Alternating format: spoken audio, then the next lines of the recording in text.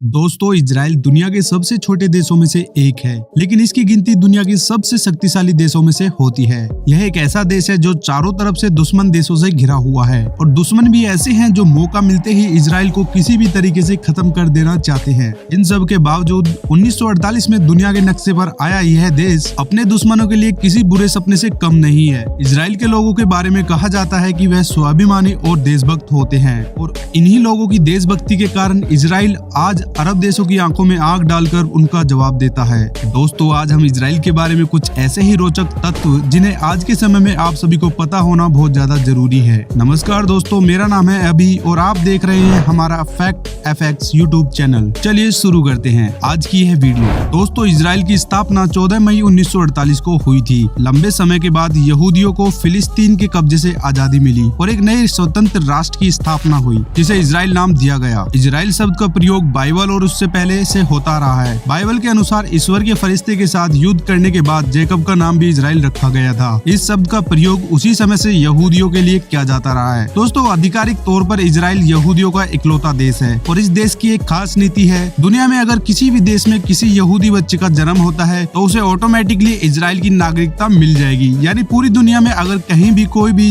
Israeli रहता है तो उसे खुद ब खुद इजराइल की नागरिकता मिल जाएगी और वह जब चाहे तब इजराइल में जाकर रह सकता है। इजराइल की राष्ट्रभाषा हिब्रू है। दोस्तों, हमारे देश में लोगों को हिंदी बोलने में शर्म आती है, लेकिन आपको जानकर हैरानी होगी कि हिब्रू भाषा का अंत मध्यकाल में ही हो गया था और इस भाषा को सीखने वाला भी कोई नहीं बचा था। लेकिन जब इजराइल की स्थापना हुई थी तभी वहाँ के देशभक्तों ने अपनी भाषा हिब्रू को अपनी ऑफिशियल लैंग्वेज मान ली थी। इसी तरह से इस भाषा का पुनर्जन्म हुआ। 2018 के आंकड़ों के अनुसार इजराइल की कुल संख्या 92 लाख के आसपास है। देखा जाए तो दिल्ली या मुंबई जैसे शहरों की जनसंख्या से भी कम। वहीं क्षेत्रफल से देखा जाए तो यह भारत के केरल से भी छोटा है। दोस्तों, इजराइल दुनिया का एकमात्र ऐसा देश है जहां पर प्रत्येक नागरिक को मिलिट्री ट्रेनिंग लेना अनिवार्य है। इजराइल का प्रत्येक नागरिक, चाहे वह देश के प्रधानमंत्री का बेटा ही क्यों न हो, उसे कुछ समय के लिए सेना में काम करना अनिवार्य है। चाहे वह पुरुष हो या महिला, हर किसी को इजराइल की सेना में कुछ समय के लिए ट्रेनिंग लेना अनिवार्य है। 15 साल की उम्र से ही इजराइल में बच्चों की आर्मी ट्रेनिंग स्टार्ट हो जाती है।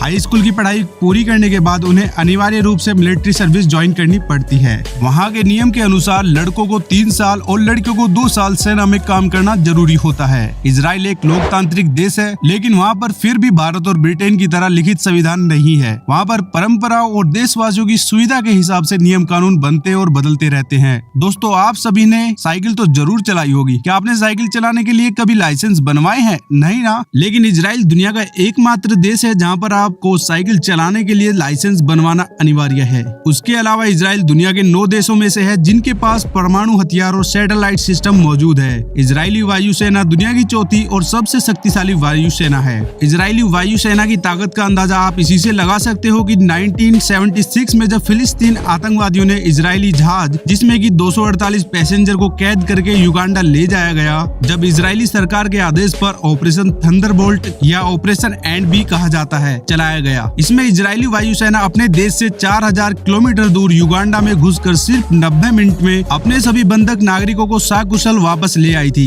इजराइल ऐसा देश है जो पूरा का पूरा anti ballistic missile defence system से लैस है। यानी इजराइल की तरफ दागी गई कोई भी मिसाइल इजराइल पहुंचने से पहले ही नष्ट कर दी जाएगी। हथियार ही नहीं बल्कि विज्ञान के मामलों में भी इजराइल काफी आगे है। मोटोरोला ने अपना पहला फोन इजराइल में ही बनाया था, तो माइक्रोसॉफ्ट के लिए पहला पेंटियम चिप भी इजराइल ने ही बनाया था। इतना ही नहीं दोस्तों, पहली वॉइस मेल टेक्नोलॉजी भी इजराइल में विकसित की गई थी और पहला एंटीवायरस सिस्टम भी इजराइल में ही विकसित किया गया था। और वॉइस ओवर इंटरनेट प्रोटोकॉल जिसे आप बोलते हो VoIP, जिसे आप फोन पर बात किया करते थे, वह टेक्नोलॉजी भी पहले इजराइल में ही आई थी। दुनिया में कम्युनिकेशन राउटर सिस्को के द्वारा इजरायली इंजीनियरों ने तैयार किया गया था। जो यह छोटा सा देश है ना, यह इनकी कमजोरी नहीं इनकी ताकत बन जाता है। कैसे ताकत बन गया? क्योंकि देश छोटा है और कुछ भी बनाते हैं तेजी से स्केल करके अपने देश में ज्यादा बेच नहीं सकते। क्योंकि पॉपुलेशन बहुत कम है और मार्केट साइज नहीं है, तो तुरंत इजराइल से निकलकर पूरी दुनिया में पहुंच जाते हैं। हुआ यही, जब इजराइल से निकलकर पूरी दुनिया में जाने की इनको आदत पड़ गई तो दुनिया का एक्सपोजर लेकर अपने देश में फिर से आ गए। अपने देश में क्या है? अपने देश में बहुत ज्यादा जनता है। जो बनाएगा अपने गल्ले पर बैठकर बेचता रहेगा, लोग आकर लेते रहेंगे। दोस्तों, अमेरिका में 10,000 लोगों पर 80 साइंटिस्ट होते हैं, लेकिन इजराइल ही एकमात्र ऐसा देश है जहां पर 10,000 लोगों में से 120 साइंटिस्ट हैं।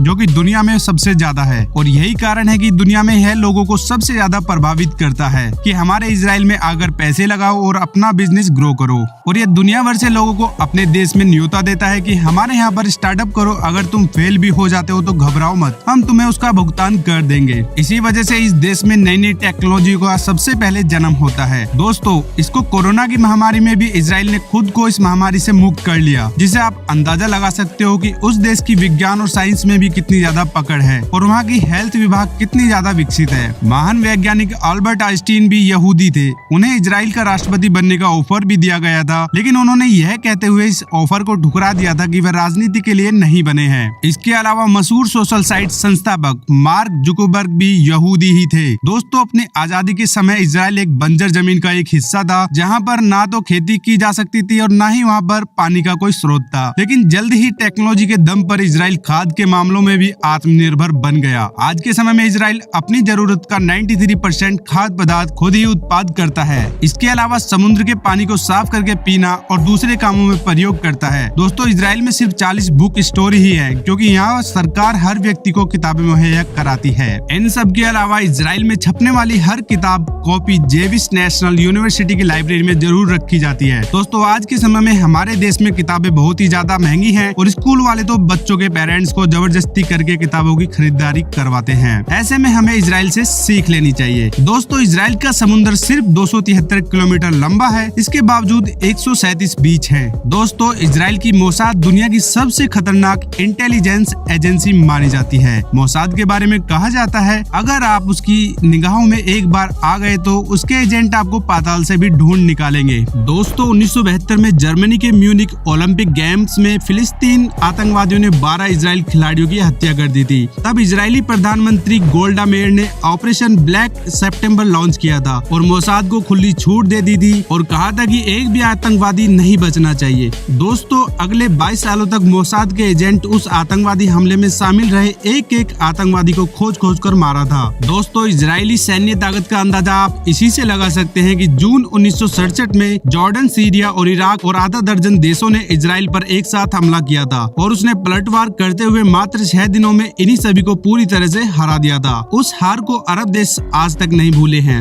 इतिहास में घटना को दी 6 डे वॉर के नाम से जाना जाता है। दोस्तों, इजराइल भारत को अपना सच्चा दोस्त मानता है। इसके बावजूद भी 2017 से पहले किसी भी भारतीय प्रधानमंत्री ने इजराइल की यात्रा नहीं की थी। इसके पीछे शायद उन सभी प्रधानमंत्रियों को खास वोट बैंक के नाराज हो जाने का डर था। लेकिन 2017 में प्रधानमंत्री मोदी ने इजराइल का दौरा करने वाले पहले प्रधानमंत्री बने। उनके दौर ने भारत और इजराइल के संबंधों को और भी ज्यादा मजबूत कर दिया था। दोस्तों, 2014 से पहले हमारे देश में कोई भी आतंकवादी हमला होता था तब उसकी कड़ी निंदा की जाती थी। तब डोजियर पर डोजियर सौंपे जाते थे, जबकि 1948 से इजराइल का एक ही मूल मंत्र है, अगर किसी ने हमारे देश के एक नागरिक को मारा तो हम उसके देश में घुसकर 1000 नागरिकों को मारेंगे। ऑपरेशन ब्लैक सितंबर के बाद इजराइल ने भी करके दिखाया। दोस्तों, इजराइल दुनिया का सबसे सुरक्षित देश माना जाता है और इनकी सुरक्षा के पीछे का कारण क्या है? वह है इनकी खुफिया एजेंसी मोसाद। मोसाद इतनी खतरनाक सुरक्षा एजेंसी है जिससे पूरी दुनिया डरती है